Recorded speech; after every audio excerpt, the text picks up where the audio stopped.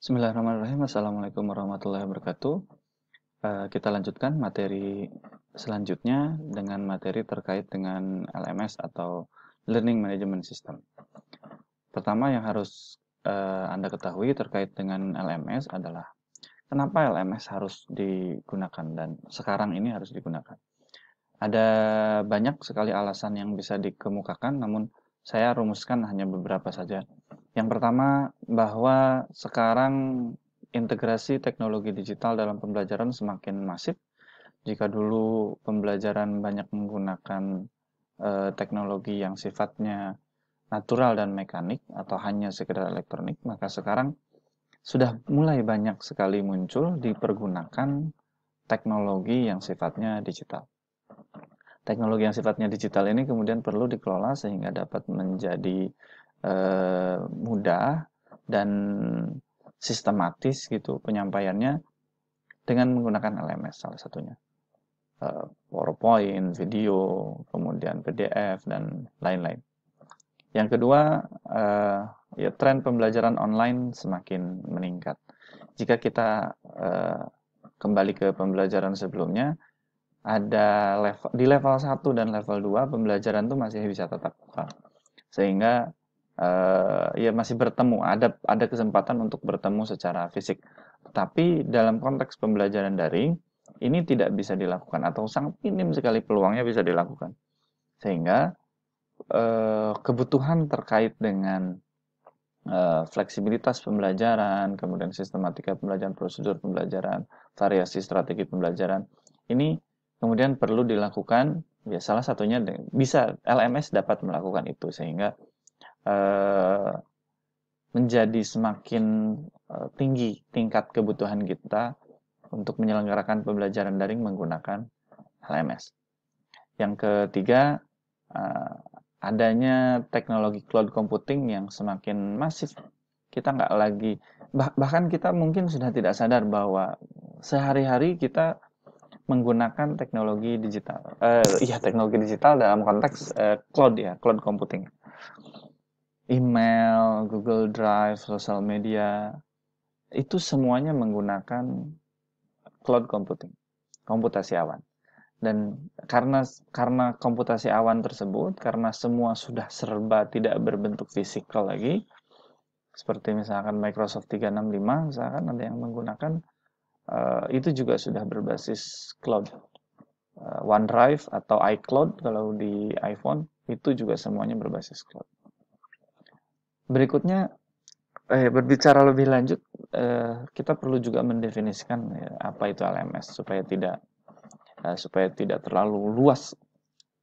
LMS itu adalah berdasarkan instructure.com, a learning management system is a collaborative platform used to manage digital or online learning atau e-learning courses. Jadi sederhana sekali bahwa learning management system atau LMS itu adalah platform yang memungkinkan terjadinya kolaborasi untuk mengelola pembelajaran digital atau pembelajaran online. Sedikit sebetulnya senada, Prof. Munir juga menyampaikan kalau yang disebut dengan LMS itu adalah aplikasi perangkat lunak. Jadi syaratnya memang harus perangkat lunak, tadi platform, ini perangkat lunak yang mengelola kegiatan pembelajaran dalam jaringan online. Jadi apapun itu pembelajaran yang dilakukan secara online, secara daring, dapat dikelola oleh LMS, dapat dibantu pengelolaannya oleh LMS.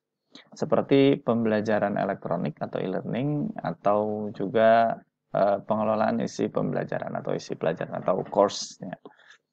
Ini definisi yang sebetulnya sama, tapi bisa saling melengkapi. Bisa ikut saling menjelaskan satu sama lain. Ada 5 alasan teknis kenapa kita harus mulai mempertimbangkan menggunakan LMS.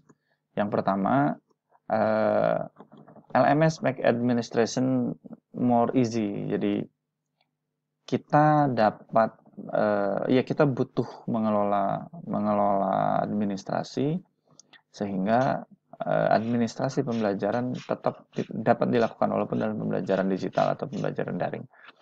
ada absen, ada pengumpulan tugas dan lain sebagainya itu perlu dilakukan proses pengadministrasiannya. Siapa yang mengumpulkan, siapa yang tidak gitu.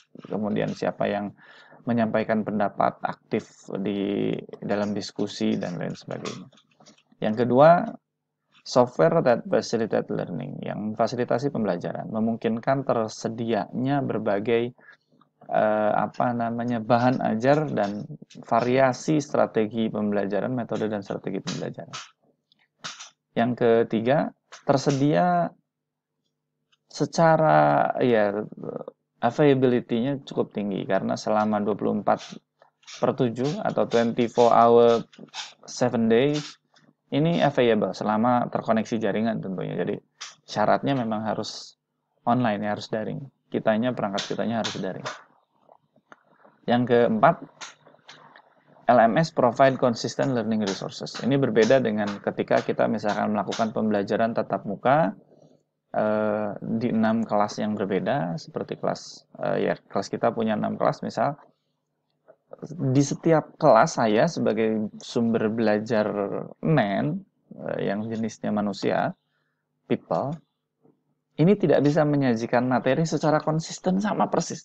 Tapi dengan menggunakan LMS, kelasnya ada 20 sekalipun, asalkan sumber belajarnya sama, desain sama, maka pasti konsisten sama.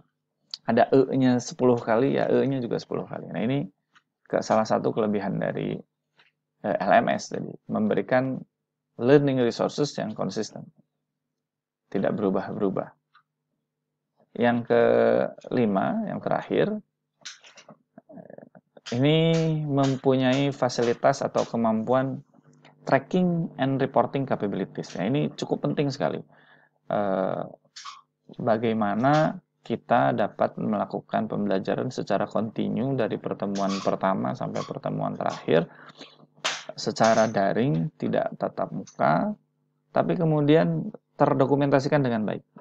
Sehingga bagaimana ini dari dua sisi, baik dari segi siswa dan dari sisi pengajar gitu ya, dari segi peserta didik maupun dari segi pengajar, tracking and reporting ini cukup penting. Jadi mahasiswa atau peserta didik bisa men-track sejauh mana dia sudah melakukan pembelajaran, apakah ada bagian-bagian yang dia terlewat, pun begitu dengan dosen.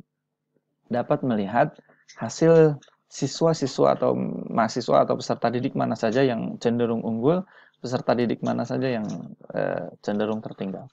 Itu bisa terlihat. Yang 5 alasan ini disampaikan oleh CAE Innovative Learning Solution. Jadi ini juga 5 alasan lain kenapa kita harus mulai menggunakan LMS. Berikutnya terkait dengan jenis-jenis LMS. Saya membagi jenis-jenis LMS kepada 4 kategori. Kategori yang pertama berdasarkan cakupan subjeknya. Jadi cakupan subjeknya atau subjek yang dikelolanya, LMS itu ada, yang pertama LMS itu sendiri atau Learning Management System. Yang kedua ada LCMS. LCMS itu Learning Content Management System. Apa bedanya LMS dan LCMS? LMS ini subjek yang dikelolanya adalah kegiatan pembelajaran. Ada diskusi, ada forum, ada tanya jawab, ada tugas dan lain sebagainya. Tapi kalau di LCMS tidak ada. Di LCMS tidak